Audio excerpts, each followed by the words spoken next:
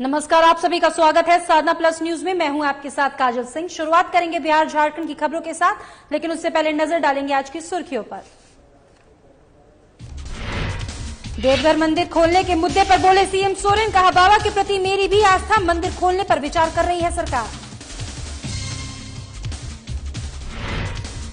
देवघर बाबाधाम मंदिर खोलने को लेकर विपक्ष का प्रदर्शन। देवघर और सिमरिया विधायक ने किया प्रदर्शन, सरकार पर लगाया अनदेखी का आरोप। मधुबनी में सरकार की कई योजनाओं में घपला, मामले पर आला अधिकारी बने मूक दर्शन। साधना प्लस की टीम ने लिया जायजा। नालंदा में गणेश पूजा को लेकर पुलिस प्रशासन सख्त, डीएसपी ने डेकोरेशन संघ के साथ की अहम बैठक।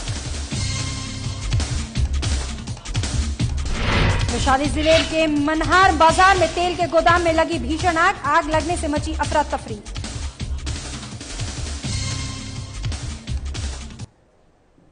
तो चलिए शुरुआत करते हैं खबरों का सिलसिला। सरकार की नीतियों के खिलाफ और विधानसभा में नमाज के लिए रूम आवंटित किए जाने के विरोध में भाजपा ने प्रदेश कार्यालय से विधानसभा तक पैदल मार्च निकाला। रास्ते में पुलिस फोर्स के द्वारा बीजेपी कार्यकर्ताओं और वरिष्ठ नेताओं पर लाठीचार्ज किया गया। बीजेपी के पुरुष और महिला कार्यकर्ता बुरी तरह से घायल हो गए। देखिए हमारी इस पूरी खबर में।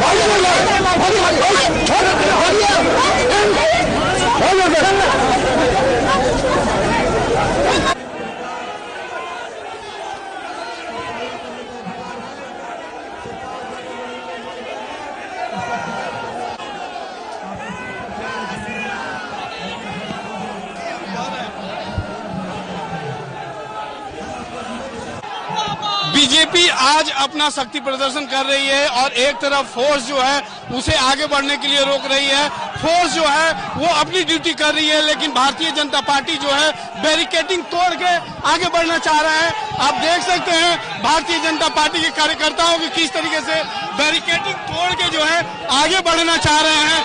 आप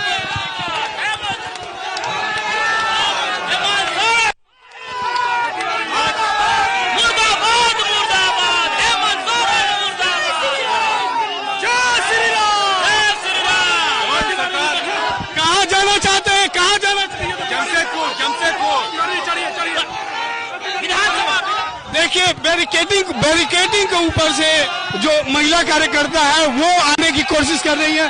फोर्स की बात नहीं मान रहे हैं ये लोग, और ये सब सिर्फ सरकार के एक नोटिफिकेशन का नतीजा है, जो कि सरकार ने विधानसभा में नमाज पढ़ने के लिए जो रूम अलॉट किया है और उसके लिए जो नोटिफिकेशन निकाला है, उन सब कारणों को मुद्दा बनाकर जो बीजेपी है आज विधानसभा की ओर जो है कूच कर रही है और हजारों की संख्या में बीजेपी कार्यकर्ता जो है विधानसभा की ओर जो है धीरे धीरे बढ़ने की कोशिश कर रहे हैं। इसके लिए फोर्स ने पूरी तैयारी कर रखी है। वाटर कैनन का वहां पर लाठी से लैस जो पुलिसकर्मी है उसे तैनात कर दिया गया है। और आप सीधे तौर पे देख सकते हैं कि जिस तरीके से बैरिकेडिंग पे अब लोग खड़े हो गए हैं और लगातार अंदर आने की कोशिश कर रहे हैं। आप साफ तौर पे देख सकते हैं कि महिला कार्यकर्ता हो या पुरुष कार्यकर्ता, नवयुवक हो या फिर बुजुर्ग कार्यकर्ता, सभी जो बीजेपी के कार्यकर्ता है वो काफी उत्साहित है और पुलिस फोर्स भी जो है पर्याप्त संख्या में तैनात है। पुलिस फोर्स अपनी ड्यूटी कर रही है और इन कार्यकर्ताओं को जो है रोकने की कोशिश कर रही है। हालांकि कार्यकर्ताओं की संख्या जो है वो ज्यादा लग रही है और लगातार जो भारतीय जनता पार्टी के कार्यकर्ता है वो आगे बढ़ने की कोशिश कर रहे हैं। और इससे पहले आपको बता दें कि कुछ जो है कार्यकर्ता घायल हो चुके हैं। कुछ बीजेपी कार्यकर्ताओं महिला बीजेपी कार्यकर्ता जो है उनको चोटें भी आई हैं, पुरुष कार्यकर्ता को भी चोट आई है। अब जो है ये लड़ाई जो है सड़क से जो सदन तक जो कहावत है उसमें तब्दील हो गया है। अभी पहले जो सदन तक लड़ाई चल रही थी, सरकार पक्ष और विपक्ष में जो है इस पर बहस चल रहा था सदन में, अब जो है ये लड़ाई सड़कों पे आ गई है। और लड़ाई का नतीजा आप साफ तौर पे देख सकते हैं कि जिस तरीके से विरोध किया जा रहा है, साफ तौर पे जो बीजेपी के कार्यकर्ता है वो बैरिकेडिंग पे चढ़ गए हैं और बैरिकेडिंग तोड़ने की कोशिश कर रहे हैं।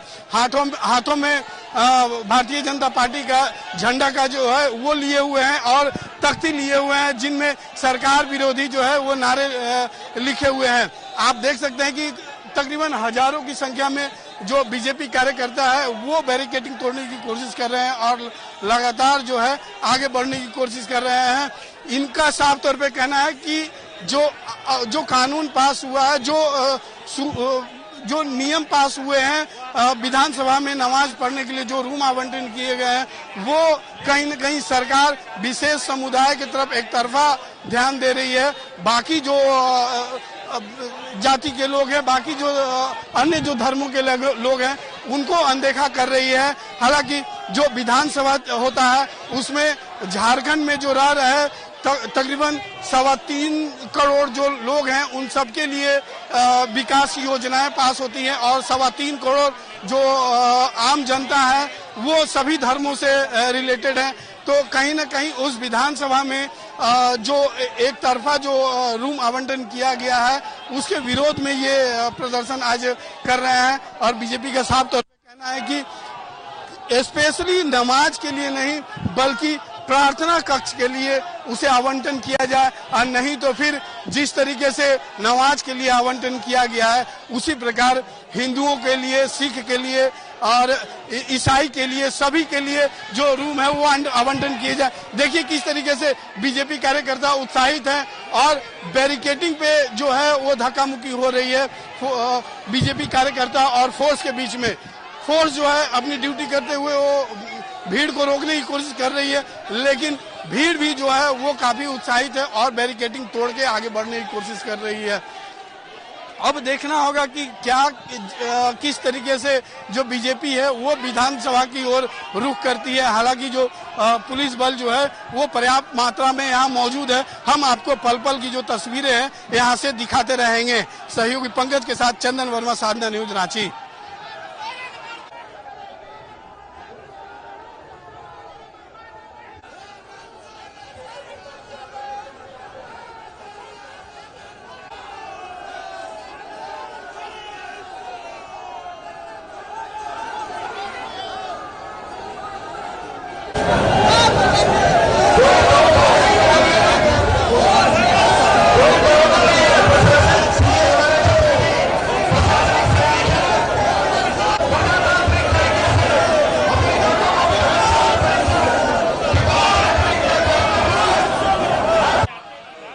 झारखंड सरकार के नीतियों के खिलाफ बीजेपी का जो शक्ति प्रदर्शन चल रहा था और इसी क्रम में बीजेपी के हजारों कार्यकर्ता प्रदेश अध्यक्ष दीपक प्रकाश के साथ जो है वो विधानसभा की ओर कूच कर रहे थे, लेकिन रास्ते में ही जगन्नाथपुर मंदिर के पास जो है उन्हें रोक लिया गया। इस दौरान लाठीचार्ज भी की गई और उसके बावजूद जो है बीजेपी के सैकड़ों और हजारों कार्यकर्ता जो है वो आगे बढ़ने की कोशिश कर रहे हैं और लाठीचार्ज भी हुई। कई कार्यकर्ता घायल हुए और इधर जो बीजेपी के जो सीनियर लीडर हैं वो घायल हो गए हैं। आरती कुजूर जो है वो घायल हो गए हैं, लेकिन फिर भी जो घायल अवस्था में है बावजूद भी लोग सड़कों से हट नहीं रहे हैं। सरकार के नीतियों के खिलाफ जो है वो लगातार विरोध प्रदर्शन कर रहे हैं।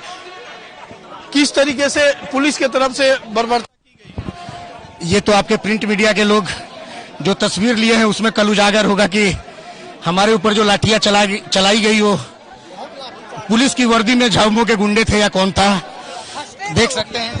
आखिर आप लोगों ने क्या गलती की? गलती यही की है कि हम तुष्टीकरण की राजनीति का विरोध करते हैं।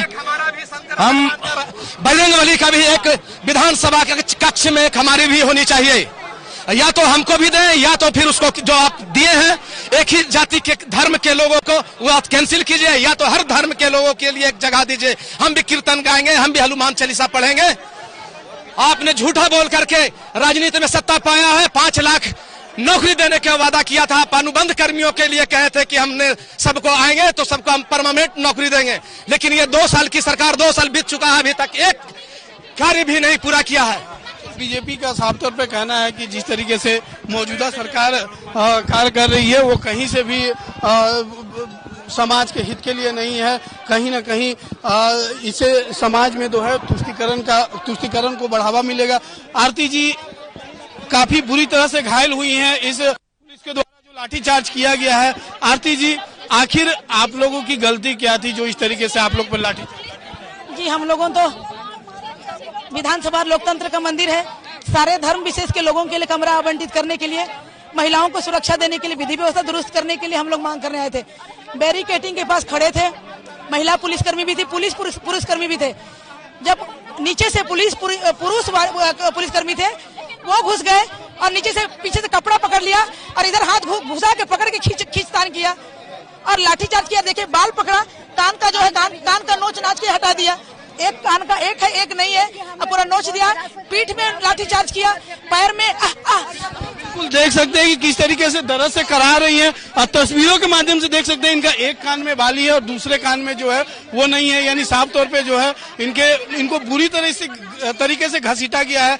आखिर आप लोगों ने रोकने की कोशिश नहीं की? जी, हम लोग अनुशासित तरीके से ये घेराव कर रहे थे, लेकिन हेमंत सरकार तो डर गई है। मुझे इस बात का गर्व महसूस होता है कि भाजपा महिला मोर्चा की कार्यकर्ताओं से डर गई है और वो महिलाओं को अपमानित करने के साथ साथ वे लाठीचार्ज करवाती है कि इस तरह से महिला कार्यकर्ता डर जाएगी और वापस लौट जाएगी। लेकिन नहीं, हम भाजपा महिला मोर्चा की कार्यकर्ता ये सौगंध खाकर आए हैं कि जब तक सिंहासन से हेमंत सरकार को उखाड़ फेंकने का काम करेंगे नहीं, तब तक हिलेंगे यहाँ से नहीं। हमें लाठी महिला कार्यकर्ताओं में इतनी हिम्मत है कि अब पीछे हटने को तैयार नहीं। हमारे साथ बीजेपी के महिला सीनियर लीडर हैं सुमन मिश्रा, उनसे ही बात करते हैं कि आखिर किस तरीके से यहाँ जो भी माहौल हुआ, जो भी घटना हुआ, किस तरीके से हम लोग शांतिपूर्वक अपने धरना प्रदर्शन पे हम लोग आगे बढ़ते हुए आ रहे थे।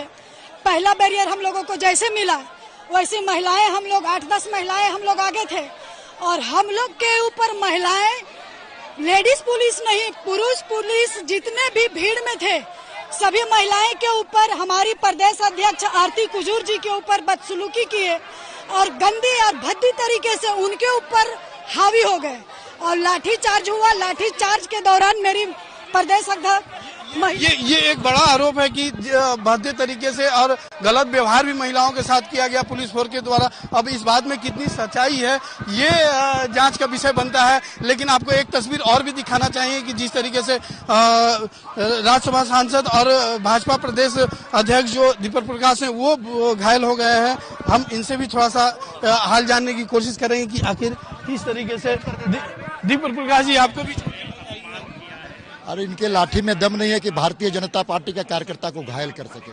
झारखंड की जनता का आशीर्वाद भारतीय जनता पार्टी के कार्यकर्ताओं को इस लाठी के बल पर चलाने वाली सरकार को उखाड़ फेंकने करने का काम हम लोग पहले भी करते आए। इस बार भी ये सरकार को जल्द से जल्द हम जमीन पर उतारने का काम करेंगे। महिला कार्यकर्ताओं के साथ भी बर्बरता, पुरुष पुलिस के द्वारा महिलाओं के साथ लाठीचार्ज किया गया, घोर आपत्तिजनक। इसको मैं महिला आयोग में ले जाऊंगा। मैं महिला आयोग में जिस प्रकार से रांची पुलिस के जो सिपाही है, पुरुष पुलिस है, उन्होंने महिलाओं के साथ बर्बरता पूर्वक लाठीचार्ज किया, ये महिला आयोग में मैं इन चीजों को ले जाने का काम करूंगा। हमारे साथ बाबूलाल जी भी हैं, उनसे बात करेंगे कि बाबूलाल जी, जिस तरीके से आज लाठीचार्ज किया गया है पुलिस फोर्स के द्वारा, आखिर ये कितना मतलब दुखदाई है और किस तरीके से इसे सरकार ने आंदोलन को कुचलने की कोशिश कर रही है और गैर संवैधानिक काम कर रही है। आज पूरे प्रदेश से भारतीय जनता पार्टी के कार्यकर्ता आए थे और विधानसभा अध्यक्ष से यही निवेदन करने के लिए कि आपने जो विधानसभा के परिसर में भवन में नमाज पढ़ने के लिए जो कमरा आवंटित किया है गैर संवैधानिक है। संविधान इसकी इजाजत नहीं देती है। भारत मजहबी राज नहीं है कि आप नमाज पढ़ने के लिए विधानसभा में कक्ष आवंटित करें। लोगों ने यही कह रहे थे आप उसको हटाइए, जो आपने उसको निरस्त करिए, लेकिन आप यहाँ लाठी चार्ज करना महिलाओं के ऊपर हम लोगों को भी इसलिए बचे कि जो कि सीआरपीएफ का प्रोटेक्शन था, और नहीं तो पता नहीं कि आज मेरा सर भी सही सलामत नहीं होता। कह रहे हैं आपको भी चोट आई है काफी, और चोट नहीं आई, जो कि अध्यक्ष जी एक तरफ थे, इधर रविंद्र राय जी एक तरफ थे और चारों तरफ हमारे सिक्योरिटी घेरे हुए थे, लेकिन तब भी हुरुकने का कोशिश किया था लोगों ने, लेकिन लोगों ने डंडा पकड़ लिया। हमारे साथ पूर्व प्रदेश अध्यक्ष रविंद्र राय जी भी हैं, इनसे भी जाने कि तस्वीरों में कैद है कि जिस तरीके से लाठीचार्ज हुई, जिस तरीके से बीजेपी कार्यकर्ताओं को, पुलिस और महिला कार्यकर्ताओं को दौड़ाया गया, घसीटा गया, इस पर अब क्या कहें? देखिए, ये जो वर्तमान हेमंत सोरेन जी के नेतृत्व में यूपीए की सरकार है, वो अपने जनता के हित में काम करने में पूरी तरह विफल हो गई। अब ये संविधान के साथ भी मजाक कर रही है, लोकतांत्रिक मूल्यों का हनन कर रही है, और आज जिस प्रकार से महिला कार्यकर्ता और बीजेपी कार्यकर्ताओं पर लाठीचार्ज किया है, हम तो संविधान की रक्षा के लिए निकले थे और उसने हमें लाठी से स्वागत किया है। तो मैं इतना ही कह सकता हूं कि इसका एक एक घटनाओं का हिसाब लोकतंत्र में लिया जाएगा और पूरे प्रदेश में आक्रोश की आग लगेगी और पूरे प्रदेश में आंदोलन जो है वो विस्तृत रूप में होगा। इसकी निर्णय हम लोग भारतीय जनता पार्टी के बैठक में लेंगे। हेमंत जी को और ये सरकार को बहुत बड़ी कीमत चुकानी पड़ेगी। बिल्कुल साफ तौर पे कहना है कि जिस तरीके से समाज में तुष्टीकरण का काम हुआ है सरकार के द्वारा, उसे रोकने के लिए जो है बीजेपी अंतिम क्षण तक आगे बढ़ेगी। हमारे साथ सांसद संजय सेठ भी हैं, इनसे भी जानेंगे कि आखिर जिस तरीके से बर्बरता की गई है, आपको भी काफी चोटें आई है, महिला कार्यकर्ता को भी बहुत चोटें आई है, किस तरीके से लेते हैं? बर्बरतापूर्ण एक बार पुनः शर्मसार हुआ लोकतंत्र। पहला शर्मसार हुआ जो आपने विधानसभा को धर्म के आधार पर बांट दिया, और दूसरा आज निहत्तों पर एक शांतिपूर्ण मार्च हम कब कर रहे थे, लगभग 25 से 30 हजार कार्यकर्ता इस चिलचिलाती धूप में 12 किलोमीटर तक, और अनुशासित कार्यकर्ताओं पर वाटर कैनन से बौछार की गई, लाठियां से पीटा गया।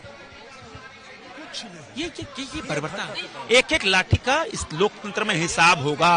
क्या बीजेपी इस घटना के बाद रुक जाएगी, डर जाएगी? हम डरने वाले हैं क्या? हम तो लोकनायक जयप्रकाश नारायण के उपज हैं। ये तो ऐसी पार्टी है, दुनिया की सबसे बड़ी पार्टी। हम डरने वाले नहीं हैं, हम तो लाठी का हिसाब मांगने वाली पार्टी हैं। अब तो यहाँ रूल ऑफ लॉ ध्वस्त हो चुका है। क्यों है? तो गिट्टी बेचने वाली सरकार, कोयला बेचने वाली सरकार, बालू बेचने वाली सरकार, महिला उत्पीड़न की सरकार, इसलिए राष्ट्रपति शासन लगे। बिल्कुल राष्ट्रपति शासन की मांग कर रहे हैं। और हमारे साथ प्रदेश प्रवक्ता प्रतुल साहदेव भी हैं। आपसे बस इतना जानना चाहिए कि आखिर जिस तरीके से ये हुआ और अभी भी जो घटा उसके बाद और भी कार्यकर्ताओं का जो हौसला है वो काफी उत्साहित है, तो क्या इसे किस तरीके से आगे लेकर? देखिए, एक नमाज स्थल को बरकरार रखने के लिए आज जिस तरीके से इस सरकार ने अंग्रेजों के जमाने की सरकार की तरह हमारे प्रदेश अध्यक्ष पर लाठियां बरसाई, हमारे सांसद पर लाठियां बरसाई, मुझे भी लाठियां लगी, सैकड़ों कार्यकर्ताओं को दौड़ा कर पीटा, महिला कार्यकर्ताओं को पुलिस कर्मियों ने पीटा। ये शर्मसार करने वाली घटना है। सिर्फ एक नमाज स्थल के लिए, सिर्फ मुस्लिम वोटों के ध्रुवीकरण के लिए आप निर्दोष लोगों को पीट रहे हैं। इस तुष्टीकरण करने वाली सरकार के खिलाफ हमारा आंदोलन लगातार जारी रहेगा जब तक ये निर्णय वापस नहीं हो। कितनी लाठियां चलाओगे साहब?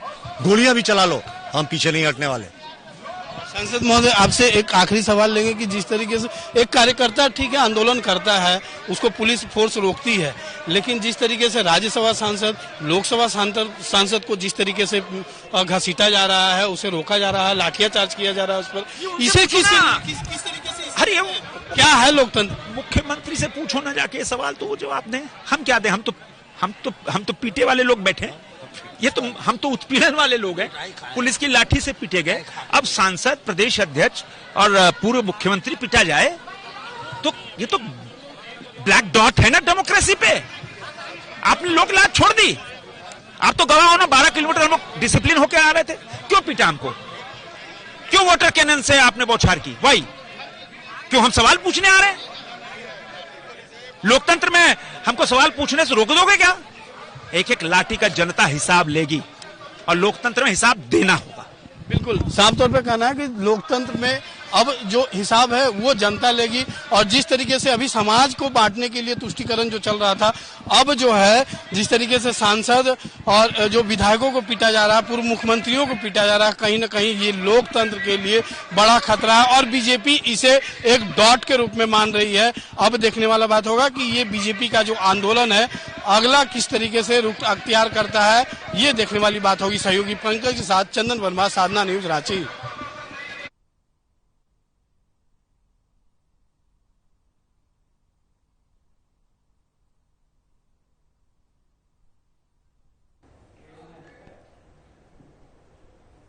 वहीं झारखंड विधानसभा मानसून सत्र के दौरान बाबा धाम मंदिर खुलवाने को लेकर विपक्षी द्वारा विरोध प्रदर्शन किया जा रहा था, लेकिन सरकार इस विषय पर सोच नहीं रही थी। अब देवघर विधायक नारायण दास और सिमरिया विधायक कृष्ण दास बाबा वैजनाथ मंदिर खुलवाने को लेकर विधानसभा के अंदर आमरण पर बैठे हुए हैं, जिसका जायजा लिया हमारे संवाददाता चंदन वर्मा ने। कल तक मुद्दों को लेकर विधानसभा के बाहर ही अनशन देखने को मिलता था, लेकिन अब जो इस बार का विधानसभा मानसून सत्र है, विधानसभा के अंदर ही आमरण अनशन देखने को मिल रहा है। जी हाँ, देवघर विधायक नारायण दास के द्वारा जो है बाबा धाम का जो मंदिर है, भोलेनाथ का जो मंदिर है, वो खुलवाने के लिए जो है आमरण अनशन किया जा रहा है। आखिर क्या लगता है कि कितना असर पड़ेगा सरकार पर? देखिए, जनता के द्वारा हम लोग को चुना जाता है। किस लिए चुना जाता है? उनके हित के लिए। और बाबा वैद्यनाथ का मंदिर जो है सिर्फ हिंदुस्तान के लिए ही नहीं बल्कि पूरी दुनिया के लिए आस्था का केंद्र है। जब हिंदुस्तान के अंदर तमाम मंदिरों को खोला गया तो बाबा वैद्यनाथ मंदिर और बासुकीनाथ मंदिर क्यों बंद है? मेरी छोटी सी मांग है, मैं निरुत्तर नहीं होना चाहता हूं। यहाँ के जनप्रिय मुख्यमंत्री से मैं कहना चाहता हूं कि यदि आपको गरीबों की चिंता है, आवामों की चिंता है, क्योंकि बाबा मंदिर देवघर है, उस पर देवघर का कारोबार चलता है, तब ना इतने 5 लाख लोगों को नौकरी देने का बात करते हैं मुख्यमंत्री। वो नौकरी आप भटक गए।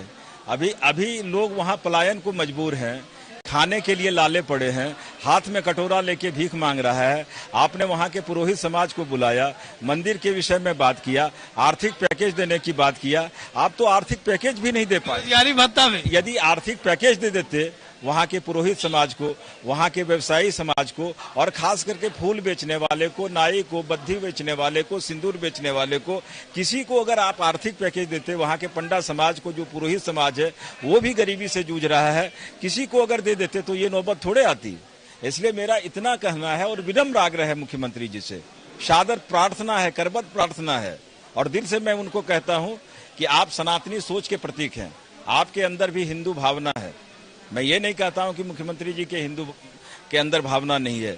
आप पूजा करते हैं, वहां जाते हैं, आप महामंगलेश्वरम जाते हैं, हर जगह पूजा करते हैं। आग्रह है कि बाबा मंदिर खोल दीजिए और वहां के लोग जो भूखमरी के कगार पर हैं, पलायन हो रहा है, लोगों के लिए जीना दुभर हो गया है, अगर आप मंदिर खोलेंगे वहां के लोग भी आपको आशीर्वाद देंगे। लेकिन सुप्रीम कोर्ट भी कह चुके हैं कि ये जल्दबाजी आखिर बाबा धाम मंदिर खोलने में क्यों? तो फिर आप हठ धर्मिता क्यों? आप उनको नहीं पढ़े हैं। सुप्रीम कोर्ट ने ये कहा है कि कतारबद्ध से सुनवाई होगी। आप उनको पढ़ लीजिए, पहले सीरियल नंबर से सुनवाई होगी। वहीं देवघर मंदिर खोलने के मुद्दे पर झारखंड के मुख्यमंत्री हेमंत सोरेन ने बीजेपी नेताओं को सदन में जवाब देते हुए कहा कि बिना वजह आप अपनी जान मत गवाइए। बाबा के प्रति मेरी भी आस्था है, सबको पता है मंदिर क्यों बंद हुआ था। हमारी सरकार मंदिर खोलने पर विचार करेगी। आपके शासनकाल में तो लोग हाथों में राशन कार्ड लेकर मर गए और हमने कोरोना जैसे आपदा में भी लोगों को खाना बनाकर खिलाया है। मंदिर क्यों बंद हुआ, मस्जिद क्यों बंद हुआ, स्कूलें क्यों बंद हुए, उद्योग क्यों बंद हुए, हम सब अपने अपने घरों में क्यों बंद रह गए, ये बतलाने की आवश्यकता नहीं है अध्यक्ष महोदय। दुनिया एक वैश्विक महामारी से गुजर रहा है अध्यक्ष महोदय, अभी भी नए नए वेरिएंट्स पाए जा रहे हैं अध्यक्ष महोदय, और इसका देश में, राज्यों में समय समय पर आकलन करते हुए जीवन सामान्य करने की प्रक्रिया भी जारी है अध्यक्ष महोदय। इस क्रम में आपने देखा होगा अध्यक्ष महोदय, हमने स्कूलें भी खोली, हमने कई प्रतिष्ठानों को भी छूट दी, लोग भूख से ना मरे इसके लिए भी हम लोगों ने रोजगार के रास्ते खोले अध्यक्ष महोदय। जब सब बंद था अध्यक्ष महोदय, उसमें सरकार खुद खाना बना करके इस राज्य के लोगों को खाना खिला रही थी अध्यक्ष महोदय। और आप अध्यक्ष महोदय, और इनके ये में तो सामान्य जीवन में अध्यक्ष महोदय लोग हाथ में राशन कार्ड लेके मरे हैं अध्यक्ष महोदय। ये इनके लिए करतूते अध्यक्ष महोदय। आप आश्वस्त रहिए माननीय विधायक, हम लोग बहुत जल्द 1-2 दिन के अंदर आपदा की एक मीटिंग लेने जा रहे हैं। इसमें कौन कौन चीजें खोली जा सकती हैं, नहीं खोली जा सकती है, कैसे खोली जा सकती है, कैसे जीवन सामान्य किया जा सकता है, हमें भी पंडा वर्गों की चिंता है, हमारी भी भगवान पर आस्था है, हमें भी मंदिर पर आस्था है अध्यक्ष महोदय, और इस पर बहुत जल्दी हम लोग निर्णय लेंगे अध्यक्ष महोदय। हमारी नजर है इस पे, आपको खामखा अपना जान देने की आवश्यकता नहीं है अध्यक्ष महोदय। बट आप वहीं विधानसभा में आज मुस्लिम उनके जो लिए कक्ष रखा गया है, तुष्टीकरण के मुद्दे पर गतिरोध जारी है। इस मामले पर कांग्रेस विधायक इरफान अंसारी ने कहा कि विधानसभा द्वारा नमाज अदा करने के लिए विशेष कक्ष आवंटित विधानसभा के कर्मचारियों के लिए किया गया था, विधायकों के लिए नहीं। लेकिन इसके बावजूद भी बीजेपी इस पर सियासत कर रही है। हम सेक्युलर हैं, हम सभी धर्मों का सम्मान करते हैं। आज पूरे राज्य में बीजेपी की किरकिरी हो रही है। हम चाहते हैं कि विधानसभा में सैकड़ों कमरे हैं, अगर बीजेपी को चाहिए तो प्रार्थना के लिए उनके लिए भी एक कमरा आवंटित किया जाए। हम विधानसभा अध्यक्ष से इसके लिए अपील भी करेंगे, लेकिन धर्म के नाम पर बांटने वाली राजनीति बीजेपी बंद करे। ये झारखंड पीस, शांति, बिल्कुल। मैं भारतीय जनता पार्टी के लिए ये पहन के आया हूँ कि सीख लीजिए इरफान अंसारी से, आई एम द सेक्युलर। आपस में लड़ाने से नहीं होता है, भाईचारगी को मत तोड़िए आप लोग। झारखंड में ये कभी नहीं चला है, तो हम लोग आए हैं और आज जो लोगों की जो मांग है, हम सारी झारखंड की जनता हमसे ये कह रही है। फिलहाल के लिए इस बुलेटिन में सिर्फ इतना ही। आगे की खबरों के लिए आप देखते रहिए साधना प्लस न्यूज। नमस्कार।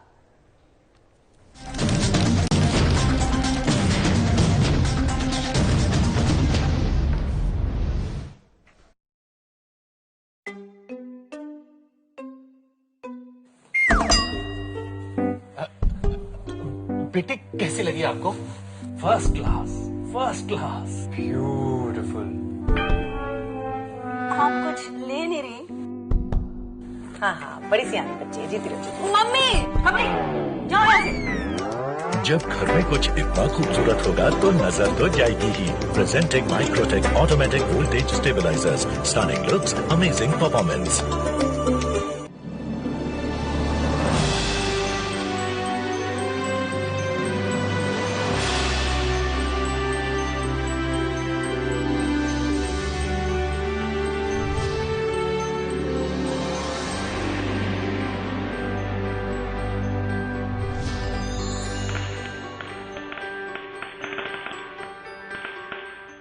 ले आइए उक्काया होम इन्वर्टर बैटरी। इसकी एडवांस ट्यूबुलर टेक्नोलॉजी देती है quick recharge and longer backup. उक्काया, never stop India. Action Tesa बॉयलो BWP बोर्ड खाते ही हमारे दांत गए टूट, हमारी तो फौजों के प्राण गए छूट। डालो उबलता पानी, कर दो नेस्त नाबूद।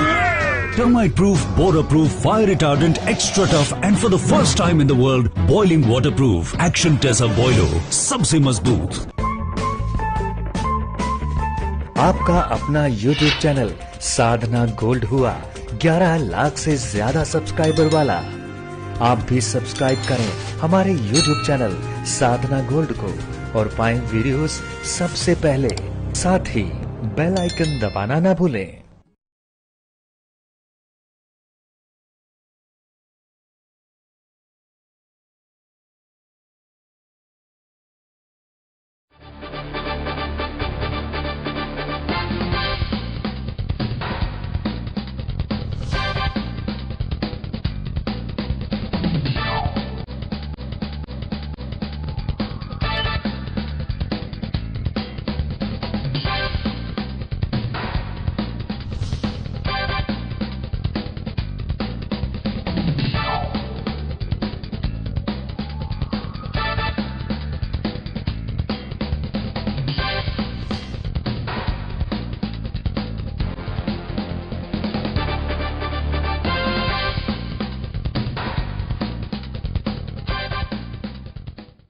नमस्कार, प्लस माइनस कार्यक्रम में आपका स्वागत है। दोस्तों, अभी तक हमने आपको ऐसी शख्सियत से मिलवाया जो राजनीति से थी, जो केंद्रीय मंत्री थे, मुख्यमंत्री थे। फिल्म, कला, संगीत, संस्कृति के शख्सियत से भी हमने आपको मिलवाया।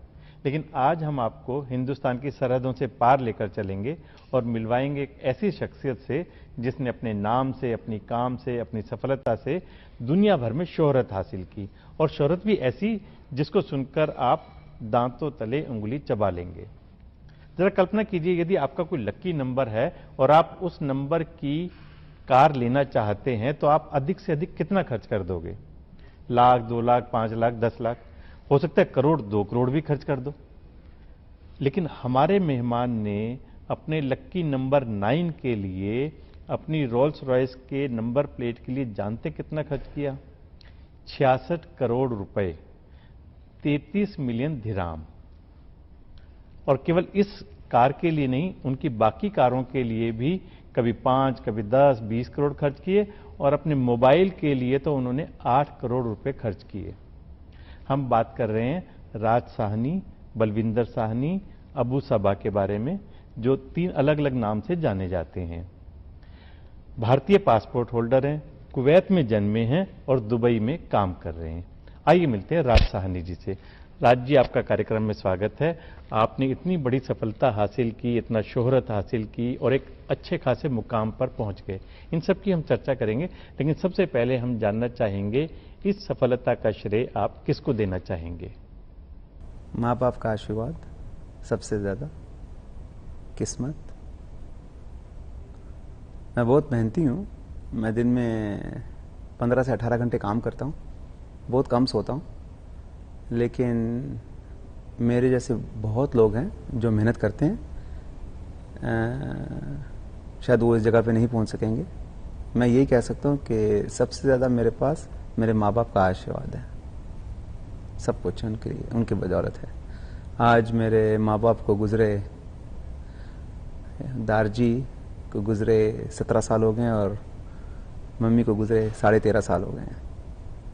आज भी जब मैं सुबह घर से निकलता हूँ तो उनकी चप्पलें को आशीर्वाद लेके जाता हूँ।